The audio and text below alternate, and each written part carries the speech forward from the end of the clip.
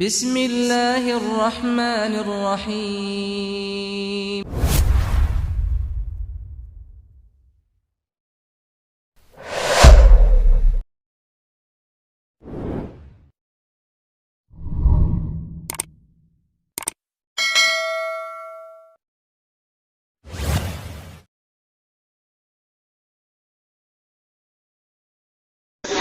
سال نو هست، هیچ روایت ما نداریم که این به عنوان عید گفته شده باشه.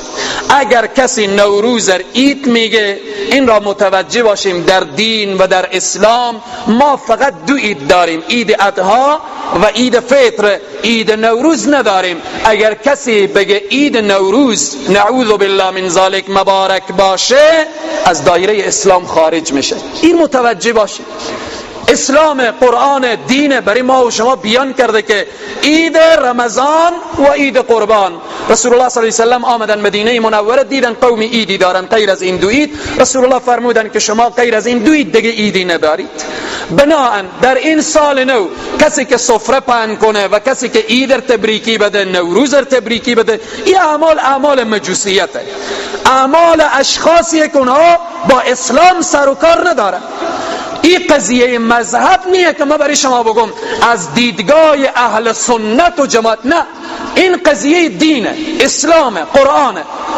خدا و پیغمبر به ما و شما و برای مسلمان ها دو عید داده، برای پیروان خود دو عید بیان کرده، عید سومی نیه. بناهن سال نو اگر تبریکی کسی میده، اینم لحظه فکر کنه که اگر در این سال 90 عمر با عبادت سپری کردی، عمر با خدای سپری کردی، که برای تو مبارک باشه. اگر این سال رو به معصیت تیر کردی، معصیت ها خور مبارکی میدی. پس در این قضیه هم باید متوجه باشیم. بیرون شدن از خانه در سال نو، اگر کسی به عنوان از این که امروز روز سال نوه، روز نوروز، عید، لباس می پوشه، برای خود لباس نو پوشیده، فقها می فرماین که از دایره اسلام بیرونه که لباس نو بپوشه. یعنی چی؟ یا قضا خور تغییر بده، باشه روز اول سال امروز قضا ما سفره ما رنگارنگ باشه.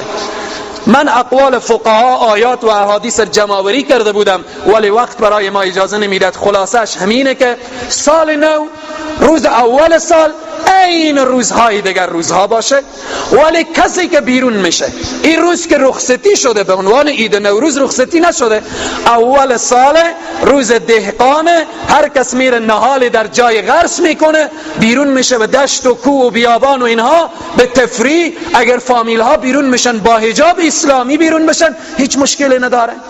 بیرون میشیم دشتی که تا دیروز خشک بود امروز سبز شده، بریم قدرت پروردگار عالم ببینیم که الله مرده‌ها چگونه زنده میکنه. این گیاه دیروز زنده بود، دیروز مرده بود، امروز زنده شده.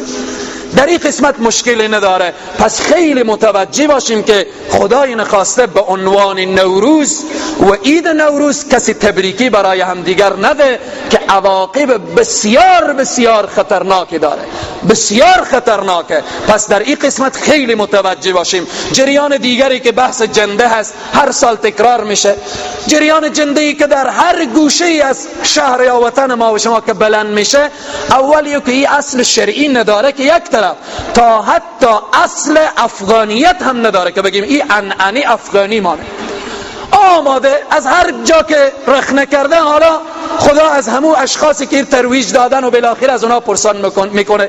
این ما و شما وقتی میبینیم به چشم یک عنعنه ملی نگاه کنیم، چشم یک عنعنه، این نه مبارکه نه مقدسه نه چی. اگر کسی وقتی که جنده بالا میشه این گریه کنه، اشکایو بریزه، یا به نیت از این که ای الله من شفا بده، مریض من شفا بده، عواقب خطرناکی داره.